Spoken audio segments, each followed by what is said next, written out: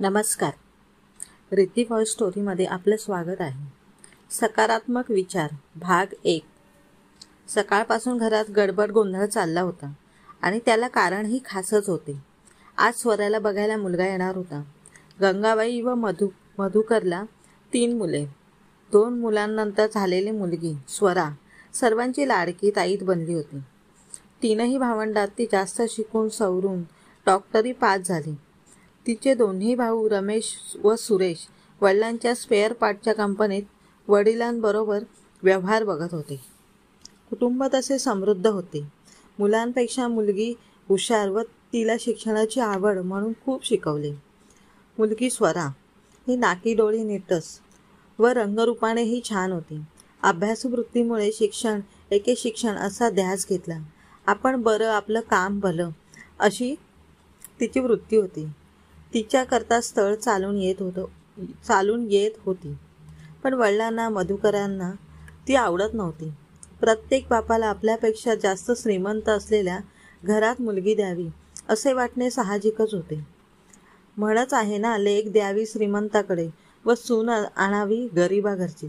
आणि त्याच्यानुसार आजचं स्थळ पाहिलं तर सुसंपन्न होतं. फोटो एकमेकांना पसंत होते. आता प्रत्यक्ष भेटी काय ते ठरणार होते. स्वराला तयार करायला तिच्या 2 मैत्रिणी आल्या होत्या. त्या दोघीही तिच्यासारख्याच डॉक्टर होत्या, मानसी आणि सेजल. मानसीने स्वतःहून लग्न जमवले होते व तिचे लग्न पुढच्या सीझनमध्ये होणार होते. सेजलचे घरचे मात्र तिच्यासाठी स्थळं बघत. ती स्वभावाने साधी आणि साधारण कुटुंबातली होती, पण मुलींची लग्न म्हणजे बापाच्या जीवाचा घोरच असायचा. स्वराच्या मैत्रिणी तिची केशरचना मेकअप वगैरे करत होत्या. तिच्या मनात मात्र वेगळेच विचार चालत होते. आज मी शिकून डॉक्टर झाली आहे, पण माझ्यात व माझ्या आईच्यात काय फरक आहे? आई जास्त शिकली नव्हती. तिचेही माझ्यासारखे कांदेपोहे करूनच बाबांशी लग्न. माझ्या दोन्ही आजीसुद्धा ह्याच प्रकारे बोहल्यावर चढल्या. आजची स्त्री शिक्षित झाली, प्रगती झाली, पण लग्नाच्या बाजारात दावणीलाच बांधली आहे. माझ्या शिक्षणाचा लग्नाच्या बाजारात काहीही उपयोग नाही. प्रेम विवाह असता तर थोडाफार फरक पडला असता, पण प्रेम करताच येत नाही. ते आपसुकच होत असतं. ही माझी 3री वेळ आहे. मागं 2ही वेळी मुलाकडच्यांना मी पसंत होते, पण बाबांना नंतर ते आमच्या तोला मुलाचे वाटले नाही. हुंडा देणे घेणे कायद्याने बरोबर नाही म्हणतात, तरी यांना त्या रूपाने तो मुलीकडून घ्यायचाच असतो. मी आता बाबांचे काहीही ऐकणार नाही. बस झाले दाखवण्याचे सोहळे. आजचा मुलगा जर मला आवडला तर मी लग्न करीन, नाही तर माझ्या डॉक्टरी व्यवसायात झोकून देईन. अगं स्वरा, बघ किती सुंदर दिसतेस तू. मी मुलगा असते तर तुझ्याच प्रेमात पडले असते, सेजल म्हणाली. खरंच ग, आम्हाला तू एवढी छान वाटलीस, मग त्या जिजूंचं काही खरं नाही, मानसी म्हणाले. पुरे का कौतुक माझे, आता बास झालं तयारी. तेवढ्यात खालून स्वराच्या आईची हाक आली. स्वरा, झालं का तुझं? ये खाली. हो आई, येते ग. एवढी डॉक्टर मुलगी तरी पाहण्याच्या कार्यक्रमात सगळ्यांसारखीच तिची गत झाली होती. छाती धडधडत होती. आज आईने तिला साडी नेसायची जबरदस्ती केली होती. सेजल आणि मानसीही तिच्याबरोबर खाली आल्या. तिघी बैठकीच्या खोलीत आल्या आणि त्यांच्या बैठकीत सामील झाल्या.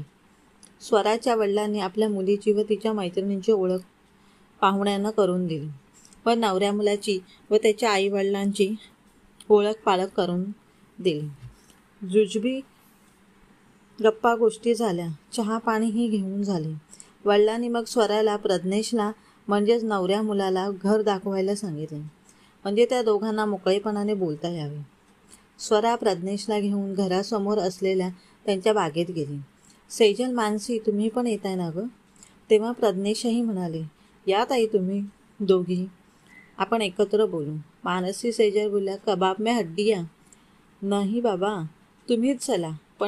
पण स्वरा आणि प्रज्ञेशने हट्टच केल्याने त्या दोघी पण त्यांच्याबरोबर बागेत गेल्या. बागेत गप्पा करत, फेरफटका मारून, तिथेच असलेल्या मोठ्या झोपाळ्यावर बसून झोके घेत चौघांच्या गप्पा छान रंगल्या. गप्पा एवढ्या रंगल्या की स्वरा व प्रज्ञेश आपल्या एकमेकांना पसंत करायला भेटलोय हेच विसरून गेले. सेजल आणि मानसीही कबाब में हड्डियाँ क्यों म्हणत होत्या, पण त्या पण आज समाज व त्यात युवकांचे कार्य त्या चर्चेत छान रमली.